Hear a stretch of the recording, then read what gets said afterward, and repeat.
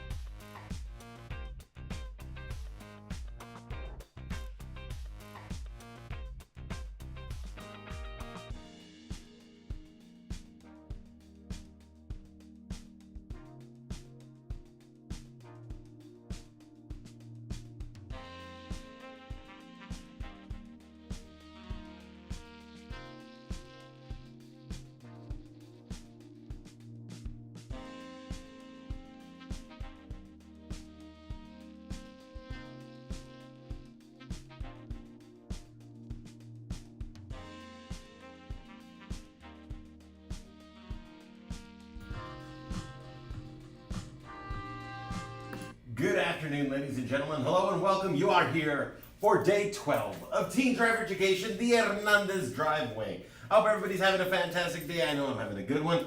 All right, folks. So today we are going to be discussing the effects of driver condition. Now, today's class is relatively short, so to give y'all a little bit of information that you need, we are going to be checking out our webpage, hdzdrive.com, and I'm going to show y'all once again how to request those drives, how to process payments, and how to get that team contract done, as well as reminding y'all about some of the things that we charge for.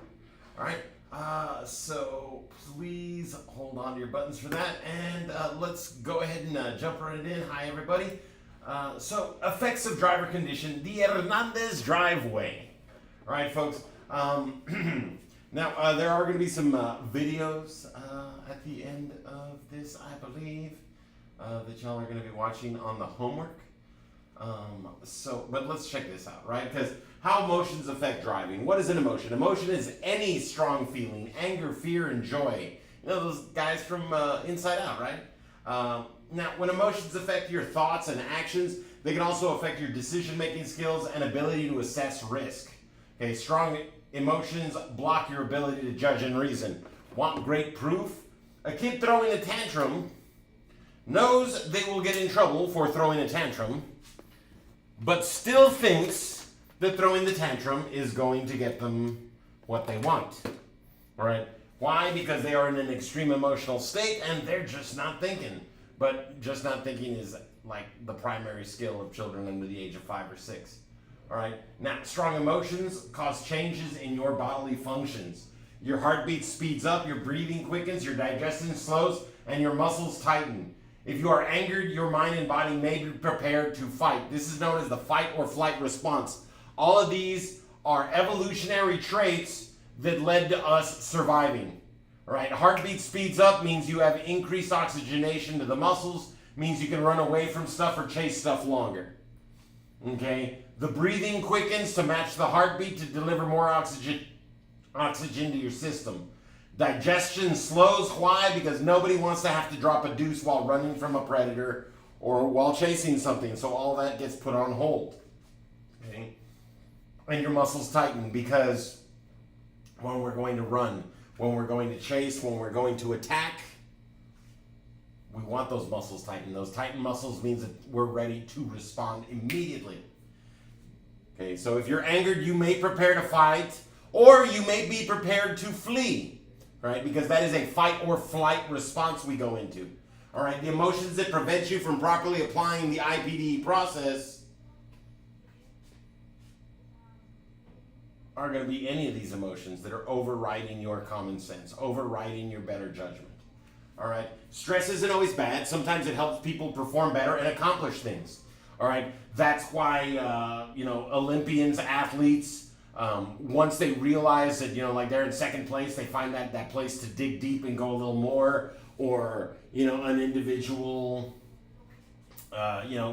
knocks out a brilliant paper because they did it on the weekend before instead of taking the 2 weeks to properly think about it, to do it the right way. That pressure causes them to go into I've got to succeed mode. And so sometimes that is beneficial, but continued emotional stress exhausts a person and will lead to adverse effects, not just can, all right, including heart disease and digestive disorders, right, as well as anxiety disorders because, strong emotions, right? Aggressive driving, anger while driving. Aggressive driving is driving without regard for others' safety, and that's like changing lanes, when you don't have the accurate or the big enough space for it. Those people that weave through traffic, things like that. Individuals that cross solid white lines because, oops, I was supposed to, that could be aggressive driving. Now, road rage is when drivers have the intent to harm other drivers, whether by bumping their vehicle off the road, driving them off the road, chasing them down, waiting for them to get out. It happens, folks. Hey. All right, and unfortunately, we can't watch that video. But we can watch this next one. Now, strong emotions may cause you to focus on only one event. All right? If a driver suddenly moves into your lane without warning and all you can focus on is that driver's actions, you might overreact, cause a conflict with the driver behind you. Okay? If someone like pops into the lane right behind you and you're afraid that they're going to hit you, this can cause problems and eventually lead to issues with that driver. Okay, your overreaction could upset or anger the driver behind you. Maybe you give them the finger, maybe you yell at him, and now they're mad. All right, instead of getting upset, you and the driver behind you could increase your space between you and the vehicle ahead of each of you for safety. But no, we're too trapped in our own emotions. All right, folks, do not find yourself in that situation. Blow it out. Because when we stay focused on another driver and, we do stuff like that, it could lead to your arrest. It could lead to convictions. It could lead to someone getting shot because, we are a open carry state. All right? In Texas, anyone over the age of 21 without a felony to their name, and that means they have not been arrested and convicted of a felony, doesn't mean that they haven't performed one and not gotten caught, just means they haven't been convicted, can legally carry a firearm.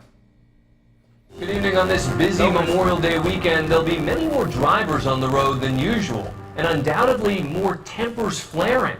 Sometimes furious fights can result from even the most minor lapses by motorists. But hearing about road rage is very different than actually seeing how far it can sometimes go. Here's my Nightline co-anchor Dan Harris. You are watching a road rage incident that goes to dramatic extremes. Investigators say it all started on a Sunday afternoon in March of last year when Bradley Turner and his wife Christy were driving in their Toyota SUV in James City, North Carolina. This Chevy pickup, driven by Josh Berry, with his friends Nathan and Shaylee inside, may have cut them off. He got up beside me, leaned out the window, pointing at me, said he's going to kill me. The chase was on. For 30 to 40 minutes, with their 4-year-old child in the back seat, the Turners tailed the young trio. Josh Berry says he tried to lose them, but they followed him all the way to his friend Nathan's driveway. When we seen me out of the car, I threw my truck in park, turned off the keys, and looked at Nathan. I was like, I guess he's really going to come up here. In that moment, Berry's friend Shaylee started rolling her cell phone video camera. And when he walked up, I just looked at him. He said a couple words, threw a punch, and it was on like Donkey Kong. On like Donkey Kong. Turner goes down, and remember, his child is in the back seat. The first time I looked up, honestly, that's when I seen the kids in the car. That's the only reason I didn't keep kicking. And look at this. You see his wife come down the car, and she's got a gun. He hands it to him. Her facial expression is completely calm. Christy Turner hands her husband a pistol. He cocks it, and it accidentally goes off. All I heard was click, click, click. That is when the camera goes off too. When I heard the click, everything stopped. I was honestly scared for my life, and after those clicks, man, my heart dropped, and everything got real after that. Everybody gets to see the fun part of it. We're the ones that saw a gun pointed to our face and thought we was about to die. We'll show you what happened next in a minute, but first, some perspective. Road rage has been around since the days of the horse and buggy, but now, with more cars on the road and cameras everywhere, we are seeing some truly outrageous examples. Come on, yelling, spitting, hitting, and throwing just about everything from coffee to crutches. As we head into this Memorial Day holiday, one of the busiest driving weekends of the year, it is high season for road rage. It's a phenomenon Bob Nemirovsky knows all too well. I was driving home very late at night, and there was some guy tailgating me, and I got my exit, and I flipped the guy off. He chased me while waving a baseball bat at me out the window. Nemirovsky, a psychologist in San Francisco, has now made a career of studying road rage. I think we all have the potential to be a road rager, but I think some people get out of control. This dash cam video, shot just weeks ago, went viral on YouTube after capturing this pickup truck swerve into another driver on a freeway in San Diego. Amazingly, nobody got hurt here. Witnesses say the driver of the pickup took both hands off the wheel to flip the other driver off. She was arrested on suspicion of reckless driving and assault with a deadly weapon and will appear in a courtroom in San Diego next month. We get into a little cocoon in our automobiles, and we feel like we own the space in front of us, and when someone tailgates us or someone cuts in front, I think that feels very threatening, almost as if someone is driving right into the front door of our home. He says there are ways for drivers to prevent road rage and cool off when things get too heated. If you feeling stressed or something, like go to the gym, go for a walk, give yourself calm. When you're in the car, instead of listening to any outrageous talk radio, maybe listen to something that makes you a little more calm. And when something happens on the road and you start to feel yourself getting upset, there's this mantra I call FIDO. Forget it, drive on. And if those tips don't help, there's always karma. In this YouTube video posted by a woman from Florida, notice the pickup visible in the rearview mirror as it barrels down on her.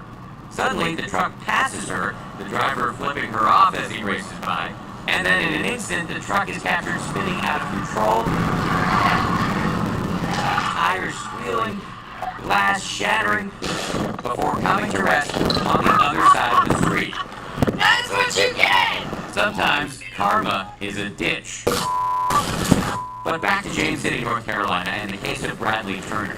After he accidentally fired off his gun handed to him by his wife with their child in the car, police say he eventually pulled away, but then he circled back and fired shots into the empty pickup owned by Josh Berry, who he believed had cut him off. Berry called 911. Turner County 911. Go ahead with the call. Oh, he shot out my back glass of my truck. Holy.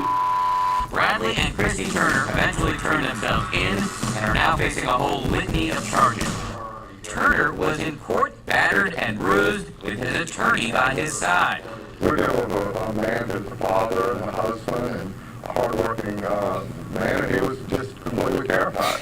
Police say they did not charge the young man because they were defending themselves. A lot of people are saying, you should just put the phone down, call the cops, you've done the right thing. But it's like, if you're in that predicament, what are you going to do? You don't know. It's the heat of the moment. Your adrenaline's going, you're not going to think right, and we feel that stuff, and that's what we did. The case is still making its way through the court system, and Bradley Turner is now looking at prison time, upwards of 4 years, all because he lost his cool on the road. Nightline, this is Dan Harris in New York. Bradley Turner pled not guilty last year. We reached out to his lawyers for comment. They would only say the legal process was still ongoing. They had video of him shooting and assaulting people, and a year later it was still in jail. Attorneys, well, I mean, some of them are just scumbags. He got some OJ justice. He got like 6 months or 6 years of probation, no jail time. His wife faced no charges, even though she escalated the situation by bringing the gun out. And that lawyer he was scared. Like, first and foremost, I've been scared of people before. I do not chase them for half an hour. If I'm scared of someone, I move away from them. The flight response would have been scared. What he was angry and petty and rich. Clearly, because a year later, he still got a lawyer fighting for him. That guy had some money, and that's why he got him some OJ justice. Folks, we are not so lucky most of the time. If we did something like that and they had that kind of evidence on us, we'd go to jail, because that's what should happen. They escalated the situation. All right, someone cut him off in traffic, and he got butthurt, and for the next half hour, he chased them. That escalated the situation. He then walked up to the car, told them why he was angry, and punched the driver. That's assault. That's an escalation. And then, when he got his ass handed to him because he was a punk, he then went to the gun that his wife handed him, and they escalated the situation. Escalation is where you make a situation worse, where you take something small and you make it bigger, all right? And that's exactly what happened this entire time, and they got away with it. You know, nothing really big happened to them. But had that been a black or Hispanic family, you'd have heard stuff about the kid being taken away, everybody going to jail, because, just saying, it does happen, unfortunately. Now, sorrow, depression, and anxiety are other emotions that can adversely affect driving. These emotions can slow body processes, reduce mental alertness. Now, anxiety differs from anger. You may have trouble identifying hazards when you're confused. You might even feel panic-stricken, because an anxiety attack is just a massive overblowing of an emotion. It's not always the same one. It's not always happy. It's not always angry. It's not always sad. It's not always afraid. It could be any emotion, folks, and that can mess you up. Excitement and happiness can also prevent you from fully concentrating on our driving task. A happy, excited driver is just as impaired as an angry driver. If you just won the lotto, you should not be driving while you're still like on that euphoric high of, oh my God, I'm rich.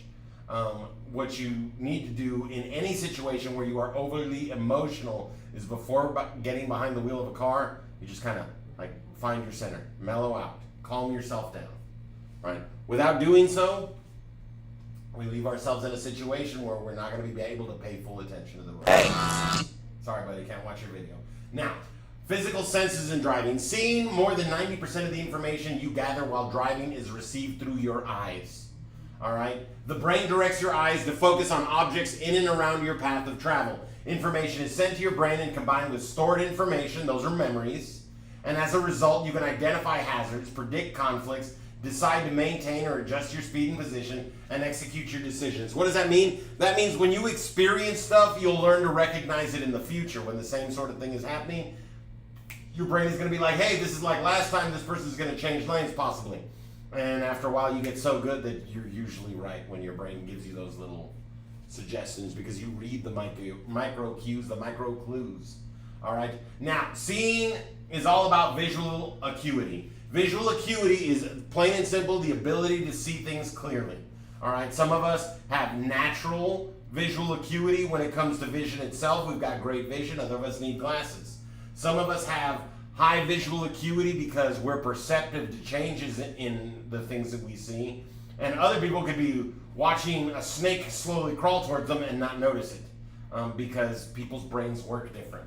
All right? But what is the same is the following. All right? We all have a field of vision, and that is the area that you can see around you while you're looking straight ahead. And your field of vision is right around 180 degrees. Like right now, I'm looking at y'all, and my arms are straight out, and I can identify both of my thumbs wiggling.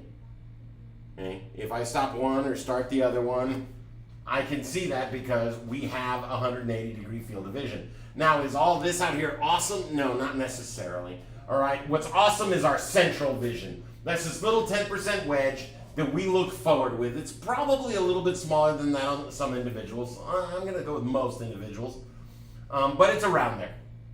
All right, maybe like 8 or 7%. But what it is it's the part of our vision that we need to focus on something for full absorption. That's what we use to stare at when we're looking at someone or something we're interested in. That's what we look at when we're trying to focus on something, giving someone, like the attention they deserve. That's what we focus when we're attempting to read. You only have a narrow little box that is awesome for that. Attempting to read something or fully take in something that is outside that little area can be tough.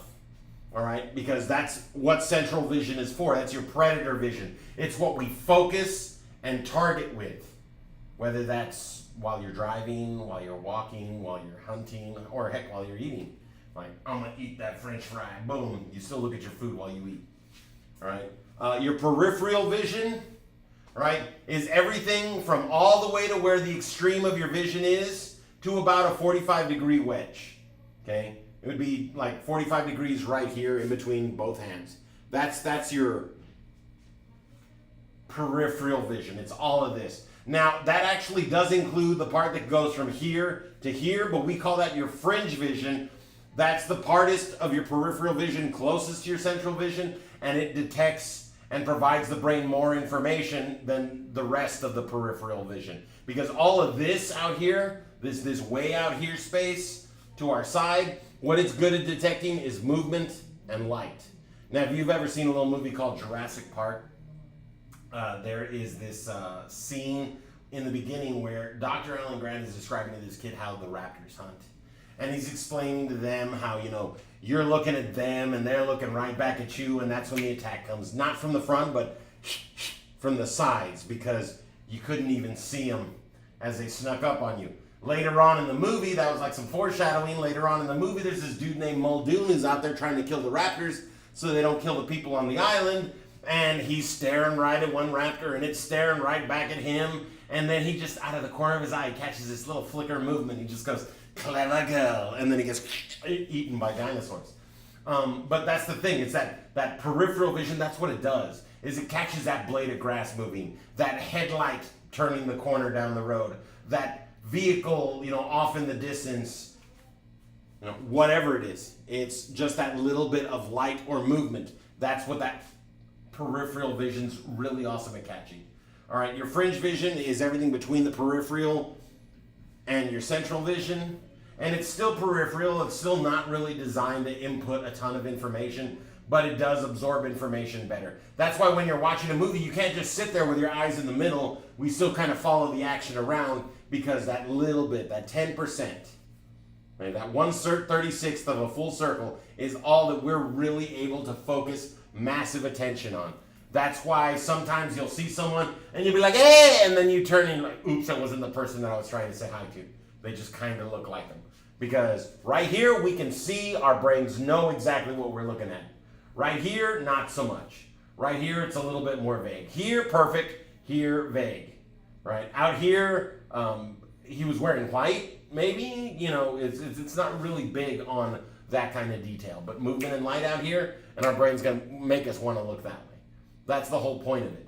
Because directing your central vision at whatever you need to pay attention to is what all of your vision does.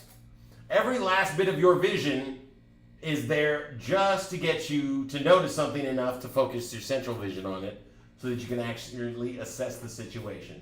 Because at the end of the day, we're predators. At the end of the day, we evolved as predators. That's why our eyes are in the front of our face, and that's why we have a field of vision the way we do. Right? Now, the vision that's sensitive to movement and light is a person's peripheral vision. Right? In order for a person to park in this space, what is required? Right? The vehicle must have a special license plate or a placard inside. C. Right? Number 3, when is glare resistance the worst? Okay, glare resistance is created by bright conditions. So glare resistance will be worse when we've got lots of sunlight, right? Right, so the correct answer would be D for this one, when driving in sunny conditions. Oops, wrong way. There we go. Number 4, in order to drive with any disability, the most important thing a driver should do is that drive at off-peak times, have a cell phone at all times, use alternate routes, or know how to compensate for their disability. Well, for anyone to drive with any disability, it's important that we know how to compensate for that. Right? We need to know how to compensate for a disability in order to drive. The part of your vision that you use to focus and direct your attention towards your target is called your central vision. All right? And then what can a driver do to avoid or recover from glare? Squint and glance to the side. Shut your eyes, mostly that's what squinting's for. That's what eyelashes are partially for. It's to reduce light and particles from hitting your eyes. And then we look to the side so we're not looking directly at that light source, right? And then what is carbon monoxide? Where is it most likely to be found? Well, it's in a vehicle's exhaust because it is the product of combustion, right? It's what happens when you burn something, right? And then number 8, what is the best way for a driver to prevent fatigue? Just like the safest thing to do regarding the phone is to get off the roadway before using it, the best way to prevent fatigue is get plenty of rest before driving. Not always an option though, right? All right, now, here we go. So we're gonna show y'all a quick video with Joey doing the field sobriety test. Okay, the goggles that we use for this are called drunk goggles, and they disorient you. They make it very tough to walk. It actually simulates the drunken experience by basically messing with your balance as much as actually being intoxicated would. Joey's about to do it like a boss here in this little video because he's done it a bunch of times. Alright, so we'll be walking this way. Get here, get lined up. And put the goggles up. Hands to your side. You need to be looking down at the line, okay? And then heel to toe, and you're counting out loud every step. 1, 2, 3, 4, 5, 6, 7, 8, 9, 10.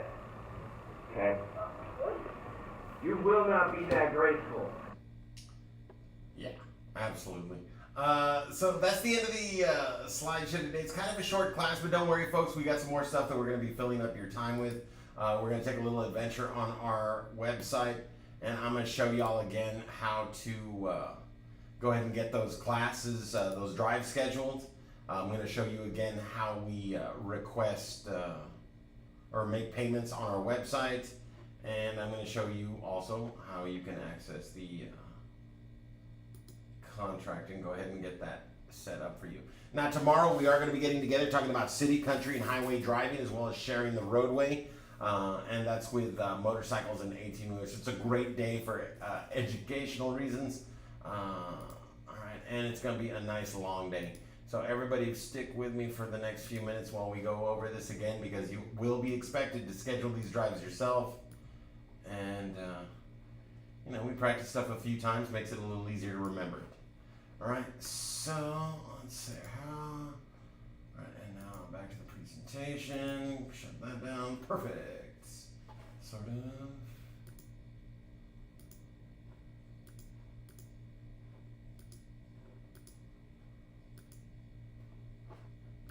Come on. Sorry, I'm just trying to get that. Okay, let's do this then. There we go. And then, bam, right there. Okay, so you want to register for your driving lessons, right? Because you are going to need to do one a month for the next 6 months. And folks, I've got school, I've got sports, cheerleading, volleyball, athletics, track and field, photography, journalism, all kinds of stuff. You can make an hour, okay? If your favorite musician was like, hey, what are you doing for the next hour? I want to hang out and, you know, just like, I want you to come by. You would find the time for that because that is important to you. Well, so is your driver's license. Your driver's license is that little bit of freedom that's going to let you get around town all by your lonesome without having to rely on others. So we need to put in the effort for that driver's license because it is way more important than meeting a celebrity for an hour. I've hung out with famous folk for an hour, and it's awesome, but I use my driver's license a heck of a lot more than I use the memory of that day. All right, so check it out. Real simple. You just click up here where it says Register for Class DPS Road Test. All right, once the page loads, you're going to be here. All right, now you don't need these services because you're not ready for the teen driving test yet. Okay? You do not need an adult driving test because you are not an adult requiring adult driver's ed driving test. So what you need to do is go to these 4 tabs up here. Right at the end, Teen Lessons HDS Students Only. That's referring to teen driving lessons for students of our driving school, HDS, if not this driving school students only. Now, if you live in FAR, you're going to click FAR. If you live in Weslaco, you select Weslaco. Right, very simple. And then again, we wait for the calendar to load. And folks, this is where it gets super easy. All right, because you pick the ones that you could make it to. Okay, I'm still at school at 4, can't do that one. Still at school at 5, can't do that one. I can do 7 o'clock. So I'm going to click on this one, go over here, click on next. See that one changes color? Click on next, and then finish requesting it. If you're logged in, it'll be you requesting it. Then I go to the next day. All right, well, they've got 6 and 7. I can do 6. All right, we've only got one person, so apply for that one, apply for that one. Saturday, I'm available in the morning, and lo and behold, they got 4 hours, 1, 2, 3, 4 that I can drive. So I can request all 4 of these, and that would be a total of 8 drives requested that week. Right? If you do not get approved for those, then you're going to go to the next week, and you're going to apply for those. All right? Start with a day, go with the hours that you can do. And remember, it's not an everyday thing. You do not need to be free from 6 to 7, 7 days a week, 5 days a week, 3 days a week. This is once a month. You go through, you get your approval. Once you have one approved, you don't have to worry anymore for that month. Okay.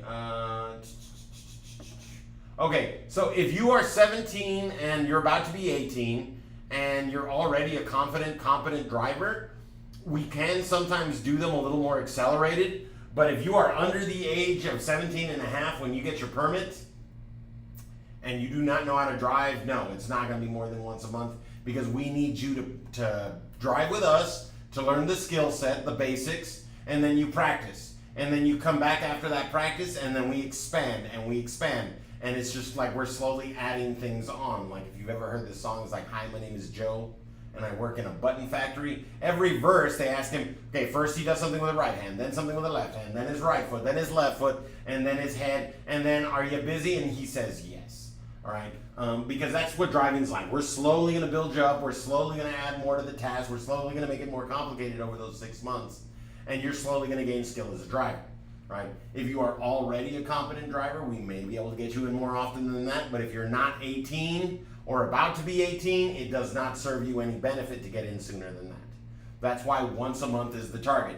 You want to get that first lesson in as soon as possible, practice those skills, and then the following month, get your next lesson in. We say once a month because you have 7 lessons and you have 6 months to do them in.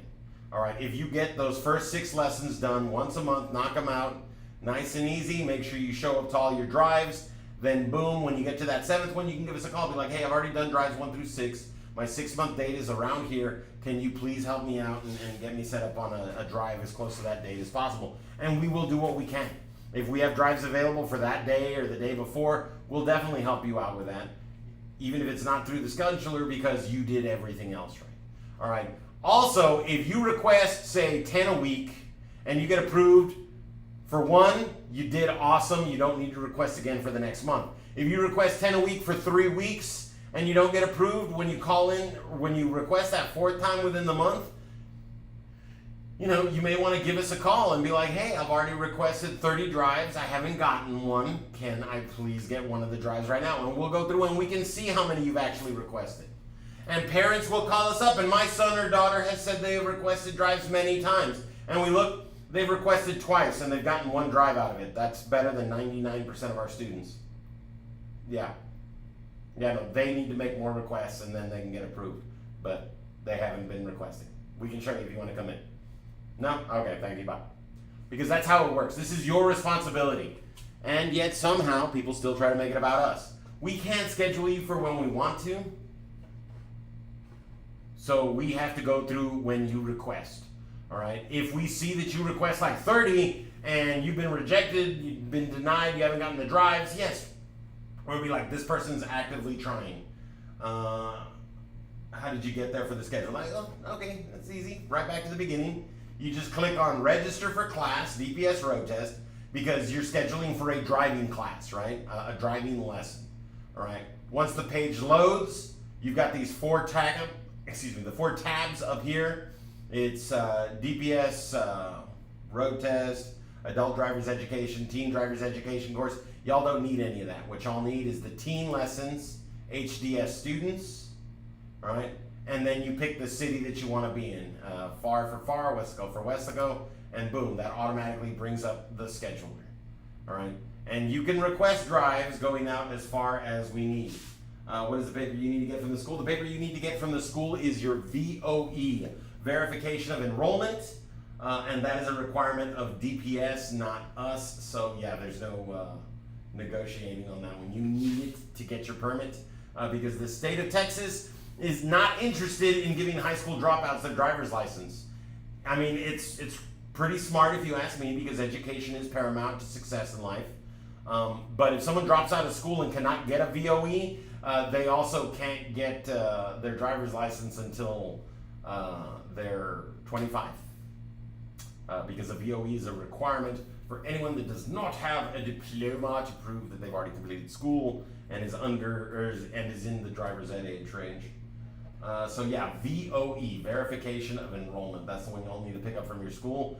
Just remember that it is only good for 30 days. So if your parents are going to take a little bit longer getting the course paid off, yeah, I mean, you could, if you already have, the drives you only need to get approved for once a month. The VOE is only good for 30 days, and you need to get that and submit it to DPS to get your permit. And you only have to get that once to get your permit, and then you get another VOE when it's time to take the driving test and get your first provisional license. The one that lets you drive alone, but with no more than 1 non-relative passenger. You'll need a VOE for that one too, but that's 6 months down the road. For the driving lessons, you need to get approved once a month. As long as you make 1 hour a month for us, you'll be able to get your permit within the 6 months that, you know, they expect you to practice. But you also have to take every opportunity to practice, right? Even if it's a short 5-minute trip from the home to the gas station and back, you know, go grab some ice, some sodas, some Cheetos, some whatever.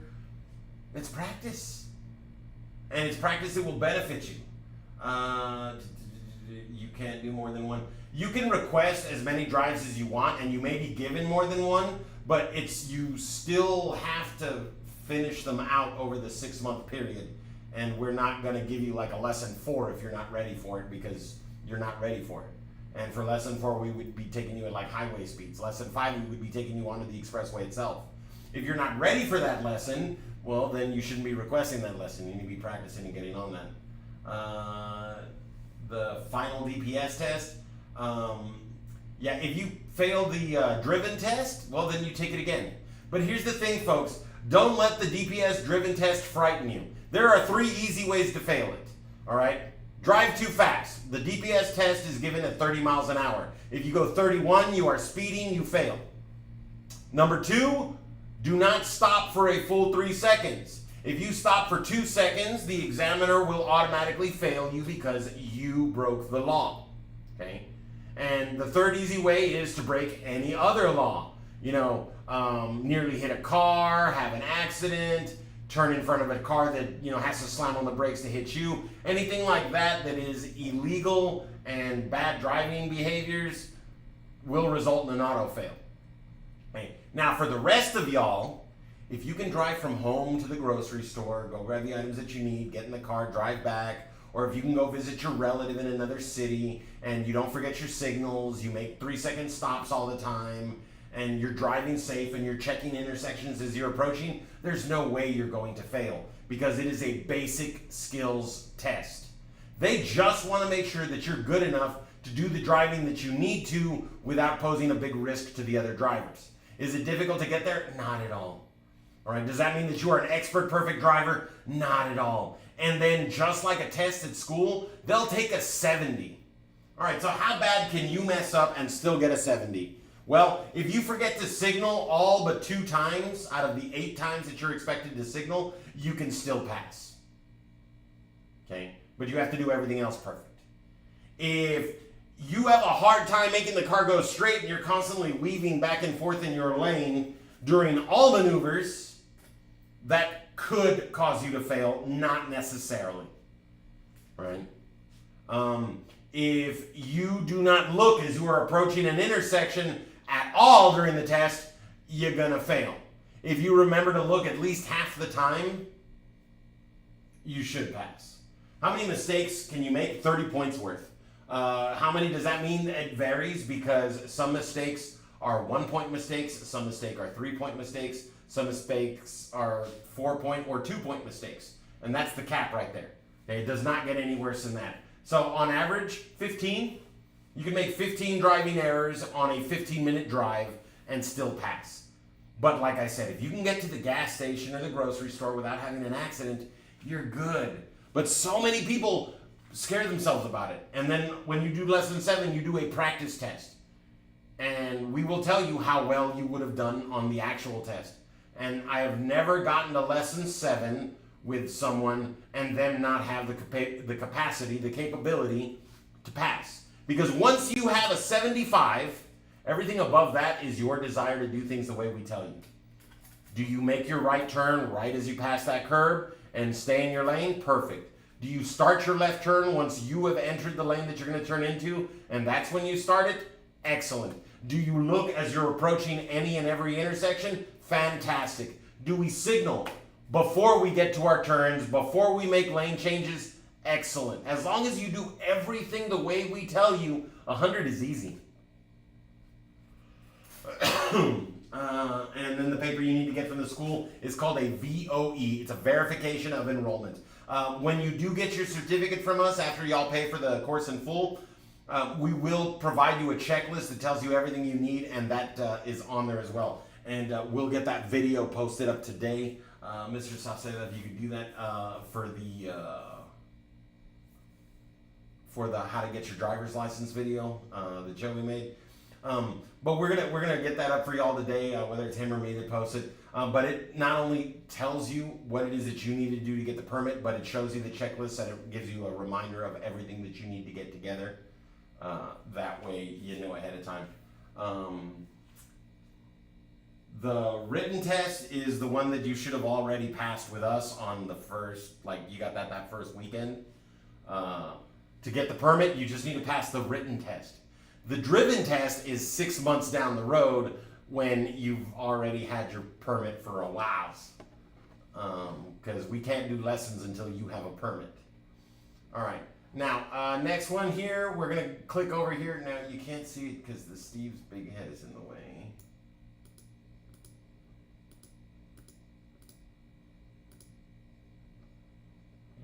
Finally clicked on me. So let's move me over here. And now we're going to go ahead and click on this More button right here. Now, first we're going to go to Resources. Okay, and the reason we're going to Resources is because we've got this big awesome button. Once you do get that certificate from us, you go to our website, go to Resources, and you click on this huge button right here, Go to Scheduler. See, it changes colors on you.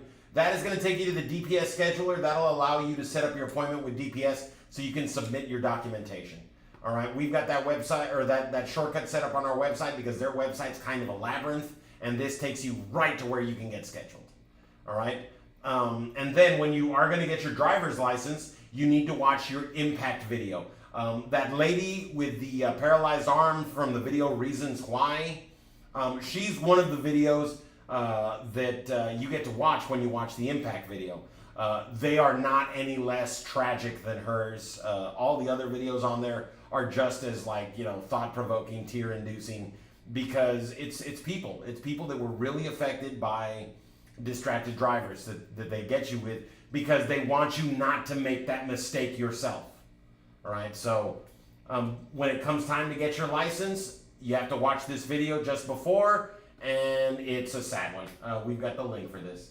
So after this week, where do you go to get your permit? Well, once you've gotten the certificate from us, because the course is paid in full, we're going to give you a packet, an envelope. Let me grab the spare that I keep here, and I will show y'all again, because why not? All right, so the envelope that we give you is going to contain your certificate of completion for the coursework. All right, that's basically the most important thing in here. That's going to be this guy right here. All right. All right, let me show you how to do the contracts real quick. Let's see here. Now, that's it for more there. You can also go to Resources, Make a Payment. All right. Click on the Make a Payment. Once the page loads up, you're going to select Teen Driver Education because that's what y'all need to pay for.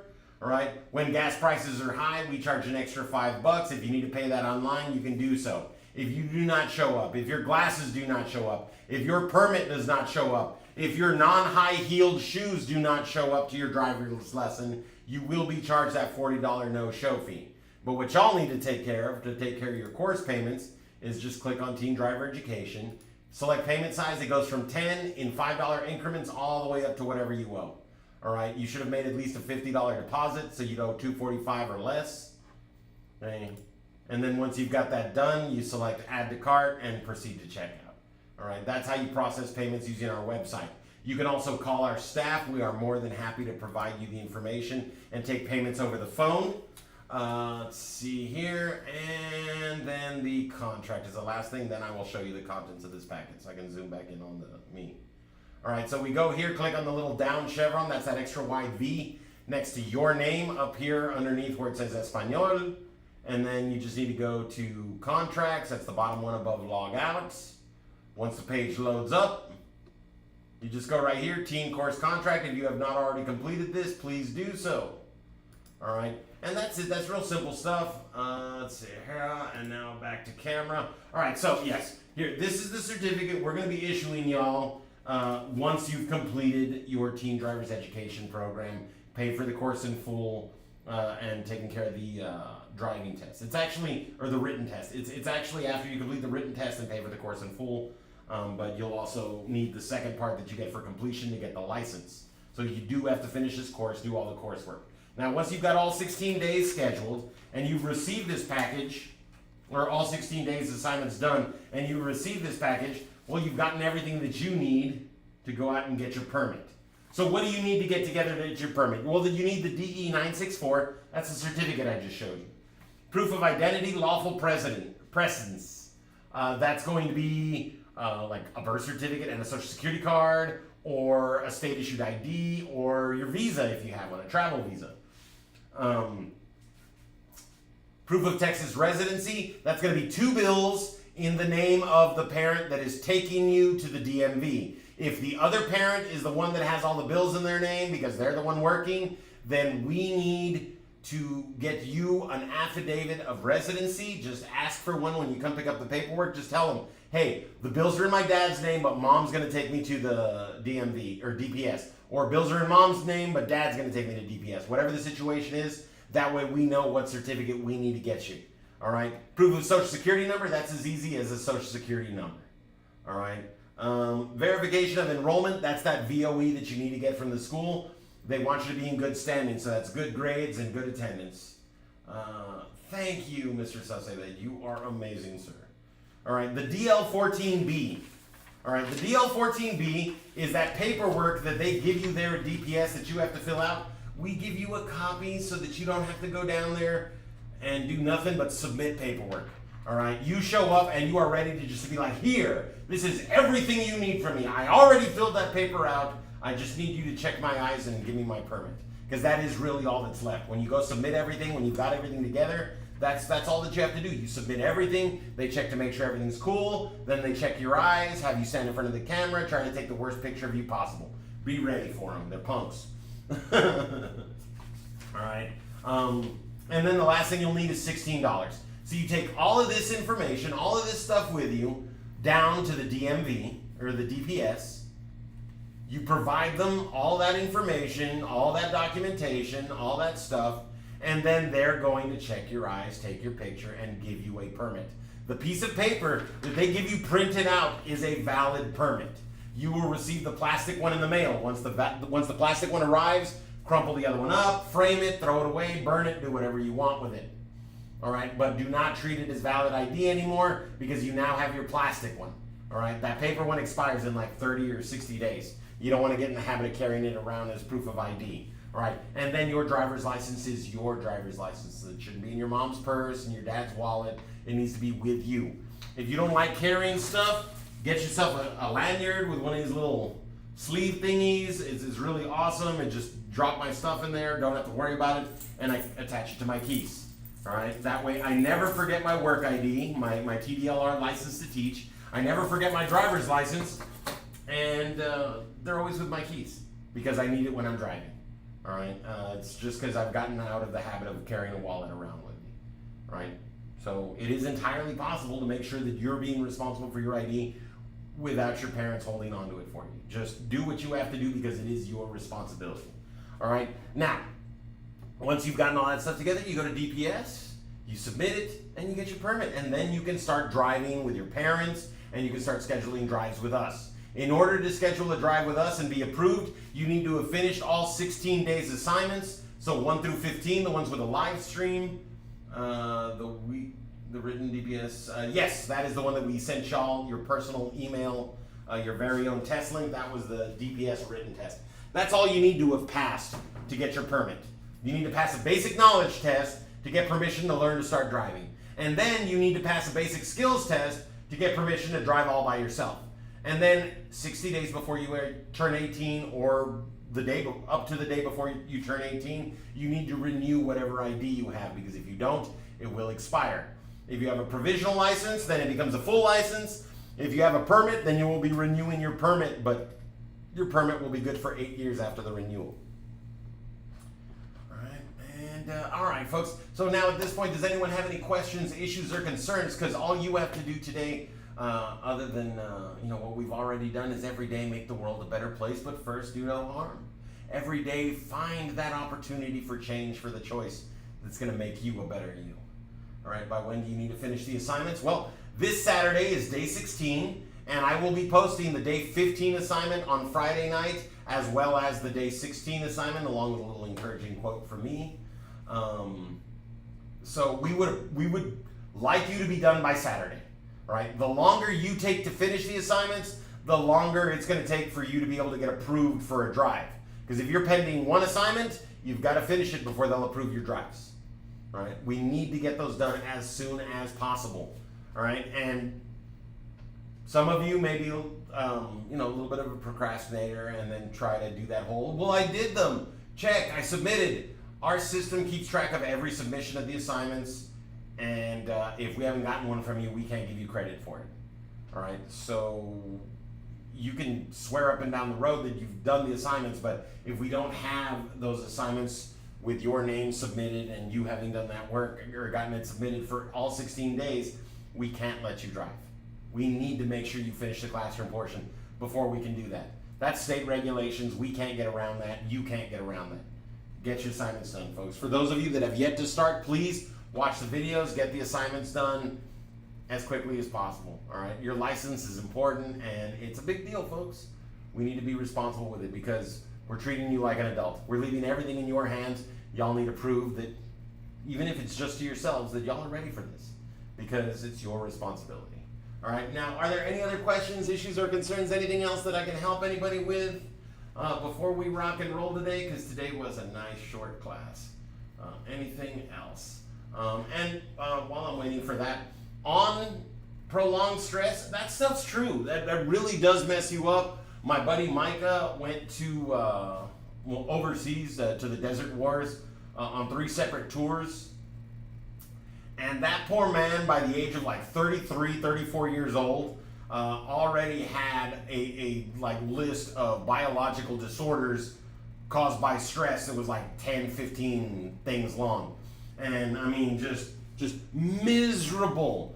You know, things like IBS, where, I mean, you can't be too far from a bathroom. I mean, prolonged stress can lead to conditions that can then limit your future life.